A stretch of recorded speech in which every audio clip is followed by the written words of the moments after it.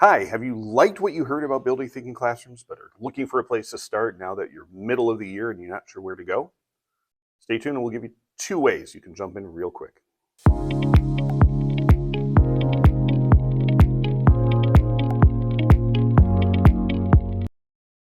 Hi, I'm Aaron Hayes. I'm part of West Chicago Community High School's math division. And a bunch of us here have been using building thinking classrooms for the last 2 years, and I've been using the non-permanent vertical surfaces for probably about the last 10. And so I wanted to share a couple of easy places to get started because a couple of years ago at a conference, I heard that if you don't put into practice something that you just learned, either be at a conference, read a book, heard from a friend within 7 to 14 days, then you're probably not going to. And so the two things that I've done when I've learned stuff is try to write down one simple little step to get me started, or when I present, to give some simple steps to get going so that at least people cannot feel so intimidated. So that's what I want to do for you here today. So first of all, get the kids to the boards. I am amazed at how much work kids will do on a dry erase board versus pen and paper.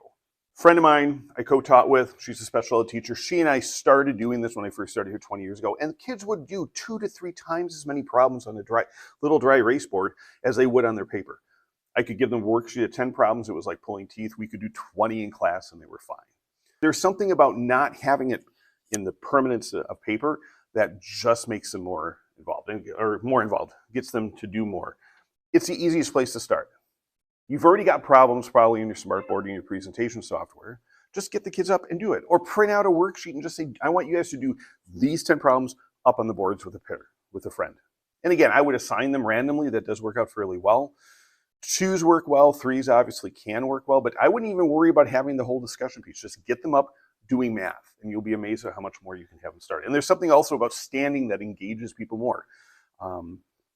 I've applied to the Amazing Race too many times to count, but one of the pieces of advice is for your audition video is to do it standing up because you tend to be a little bit more engaged that way. I would also go through and would say that you have an easier buy-in from your classes. It's different. Getting up, doing work, chatting with a friend. Are kids going to be on their phones from here and there? Probably. But you can easily redirect that. They're going to be trying to be on their phones at your desk anyway. So why not have them doing something a little bit more engaging? Plus, then that way they can see what their friends are doing. And again, they don't have all the other distractions around them. I would go through and also say you have a bigger impact on your classes.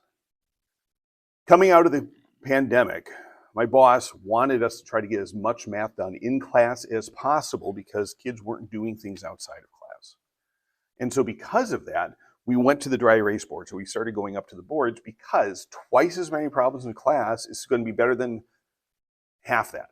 And we don't know what the kids can do outside of the class, but we can control what they do inside of our classroom. And so that's the biggest thing that you can go through and do. More math in your classroom means generally better achievement in my experience. And then lastly, you can build in the discussion piece whenever you have a chance. Okay? You don't have to do it right away, but there may be times where kids are struggling with a problem and you're like, okay, pause, let's talk about this. Boom, boom, boom, boom. Okay? And again, that's something that would be the next step after this. But again, do it if you have time. Now, the other thing that I would say to do, and this is more of a lesson creation thing, takes a little bit more time and more intentionality, is look for topics that have a starting point in a previous topic. I talked about this a little bit in our 1-hour presentation that we did for the West Suburban Math Conference last year. I'll link to that down below. Apologize for the sound. I just finally got some decent microphones here. See where you can build it up at a starting point where they can do it. Use it for a warm-up. I'll share a couple of things that I used to do at the tables and groups, which I've now moved up to the boards. But something like this, logarithm of a product. Kids can go through and punch in log 3 and log 5 and log 15 onto a calculator. And then they can compare, okay, what's going on? Are these things the same? Are these equivalent? Yes or no? Okay, great. How do I take these 3 numbers and link them together? Ooh, wait, it looks like I'm adding. Great. Move on to the next one. Do the same thing with the quotient. Do the same thing with the product property. And again, they don't have to come to the whole conclusion themselves. You just putting enough in there that they can go through and do it. And then you, in a big class, can go through and even just do your regular notes as you normally would. But again, it's one of those things where sometimes now you've got some prior knowledge that they can link what you're talking about to do that. It kind of matches up with the experience first, formalize later stuff I've talked about too. Link to that down below too. I use that in my AP Stats class from StatsMedic. It's great stuff. This would be another example, depending upon if you're doing honors algebra or like an algebra 2 class. So again, I'm starting off very simple. Kids would figure out real quick, oh, it's 81. I know some would say 3. But then again, then the next step is, oh, I'm just going to do the same thing. Oh, I'm just going to do the same thing. This is going to be a little bit more weird because they're going to have to remember to square the 5, not just root 2. And then the same thing as we go. Now we got to worry about this. Ooh, now I got to move the x over. But again, it's something you can use as a warm-up. Again, more intentional because you're going to have to design this if you don't have it already. But it gets into the steps of what you would be putting up on your boards at some point and letting the kids discuss through before you start synthesizing it back. Those are 2 quick little ways for you to just start using some of those concepts right away. Get kids to the board, just doing math, and then just having kids discuss things in small groups, warm-ups, whatever, where you just start taking little steps as you go. And then from there, you can start to get more comfortable with things.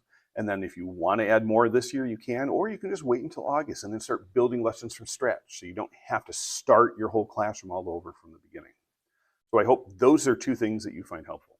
Now, before I go, a couple of things. Make sure if you find this helpful, share it down below with a friend. Like, comment, make sure you hit the subscribe button if you haven't. And then up over here, link to building lessons from scratch, which is kind of the mix of the 2. And then down over here, taking your old lessons and turning them into building thinking classrooms. So anyway, I hope that finds it helpful for you. We'll talk to you soon.